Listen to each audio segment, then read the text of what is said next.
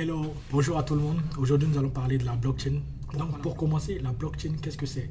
Donc, techniquement, la blockchain, c'est un registre distribué qui est basé sur une structure qu'on appelle des chaînes de blocs. C'est pour ça qu'en anglais, on appelle la blockchain, donc chaîne de blocs. Voilà. Si vous voulez voir une image, c'est quoi? C'est un gros registre qui enregistre toutes les transactions qui ont été émises dans un réseau donné depuis la création de ce réseau-là. Donc, ça veut dire que à chaque page de ce registre-là, pour imager, c'est constitue un bloc. Et chaque page est liée par une information ou un code qu'on appelle le HA, l'information précédente. Et ce code-là contient toutes les informations de toutes les pages précédentes. Voilà. Donc, la blockchain permet d'avoir un registre qu'on ne peut pas modifier, qui est distribué. Donc, tout le monde est au courant de l'information qui s'y trouve. Donc, ce qui permet d'avoir une bonne transparence de toutes les transactions qui s'y passent. Et aussi, comme il le dit, elle est immuable. On ne peut pas la modifier. Mais la blockchain, lorsqu'on a inscrit une information dans la blockchain à une page donnée, par exemple dans le registre, pour revenir à cette image-là, on ne peut plus venir barrer l'information qui est dans le registre précédent et on ne fait qu'avancer et incrémenter les nouvelles informations. Et pourquoi elle est distribuée? Elle est distribuée parce que tout le monde, tous les participants à ce réseau-là ont accès à l'information en même temps. Et elle aussi partagée parce que tout le monde partage ces informations, les informations contenant ces transactions sur ces réseaux. Donc pour pouvoir donner un cas vraiment simple, on va prendre le cas d'un immeuble où on a plusieurs personnes qui habitent dans cet immeuble-là. Dans cet immeuble-là, avant, quand on se prenait dans le système vraiment archaïque, avant, lorsque Rodolfo, par exemple, me devait 10 000 francs, venait prendre 10 000 francs avec moi, je l'enregistrais dans mon cahier. Et je disais, Rodolfo a pris 10 000 avec moi le 15 janvier, il doit me le rembourser au plus tard le 20 février, par exemple. Et ce qui s'est passé, c'est que quelquefois, Rodolfo venait et disait que bon, je te dois rien. Et c'était, quand on parlait devant la justice, c'était sa parole contre ma parole et ça devenait compliqué. Donc, quand on a vu que ces genres de cas se répétaient, des personnes ont eu une idée pour dire pourquoi ne pas mettre en place un tiers de confiance, quelqu'un en qui on a confiance et qui va être la personne qui va être l'intermédiaire entre moi et Rodolfo, par exemple. Là, quand Rodolfo me donne de l'argent, lui, il inscrit dans son cahier et on est sûr que Rodolfo a vraiment pris les 15 000 avec lui parce qu'on fait confiance à cette personne-là. Et elle n'a aucun intérêt à modifier l'information, à avoir des comportements erratiques. Donc, cette personne-là, dans l'immeuble, était celle qu'on avait peut-être, c'était la personne de l'appartement B4.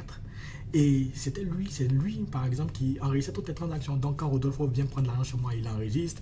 Moi, je vais prendre de l'argent chez Sylvia, il enregistre, etc. Donc, il avait tout chez lui. Qu'est-ce qui s'est passé avec, Ernest, qui est la personne qui était dans l'appartement B4? C'est que Ernest a cru qu'il était devenu l'homme le plus important de l'immeuble. Et Ernest, quelquefois, il se lève un beau matin, il ferme son appartement et il va se balader à Assigny ou bien il va à Paris. Donc, lorsqu'on a besoin de lui, il n'est pas là.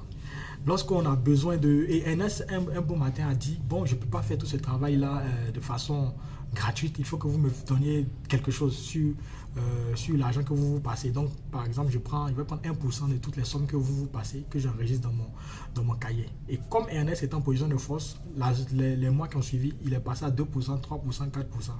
Et après, on était dépendant de lui, ça devenait très compliqué. C'est ce qui s'est passé en 2008.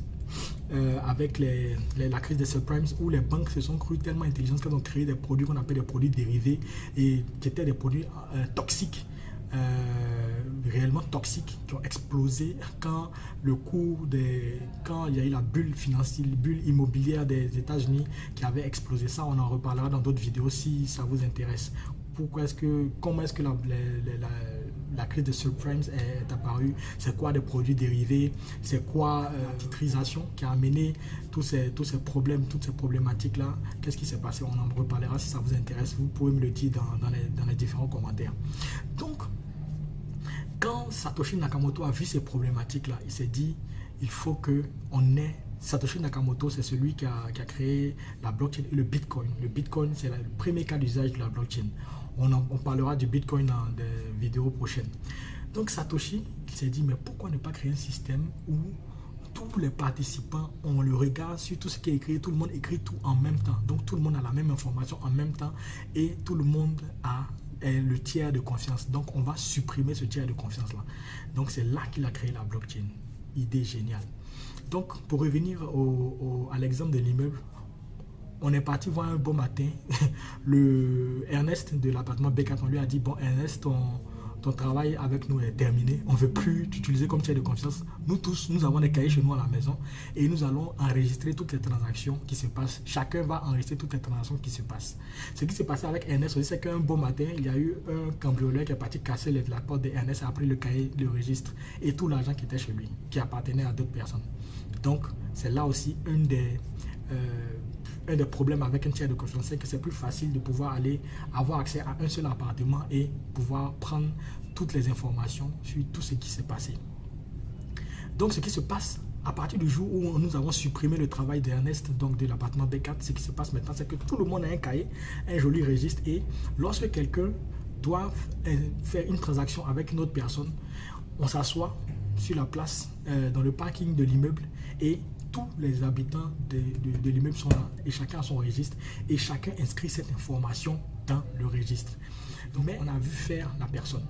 Voilà. Donc tout le monde inscrit et tout le monde a l'information en même temps. Donc pour pouvoir aller voler l'information ou bien modifier l'information des 15 000 dans le cahier, dans le registre, avant chez Ernest, il suffisait de casser la porte d'Ernest et de partir prendre le cahier et modifier les informations du registre.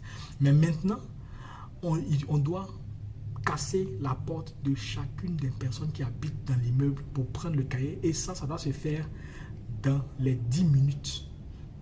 Ça, c'est très compliqué. Casser la porte de tout le monde, récupérer les registres de tout le monde et modifier l'information dans les cahiers de tout le monde. C'est très compliqué.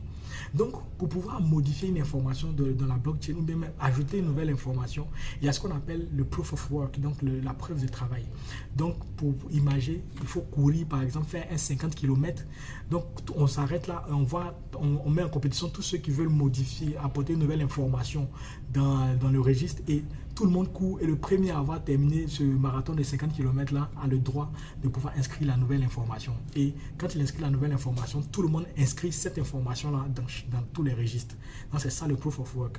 Et le Bitcoin par exemple a été créé pour pouvoir récompenser, parce que cette personne là ne va pas courir, il faut pouvoir lui donner un incentive, comme on le dit en anglais, le motiver.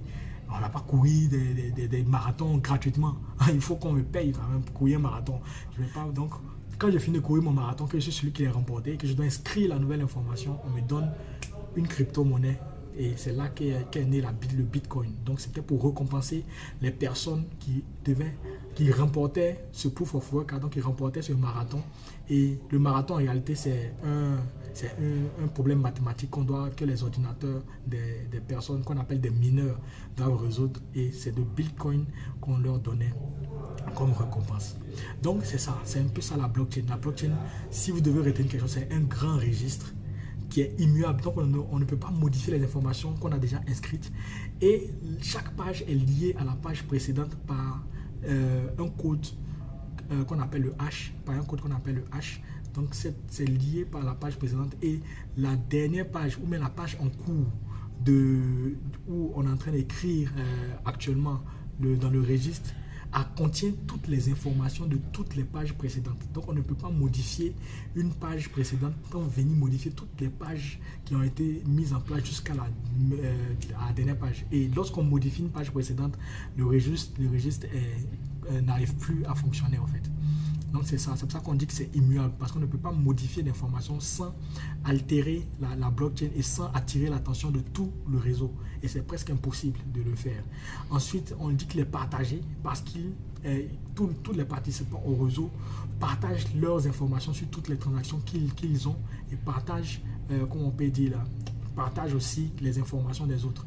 Et il est distribué parce que le pouvoir est distribué en toutes les personnes qui participent au réseau. Il n'y a pas une seule personne qui contrôle le réseau et qui a le pouvoir de décision.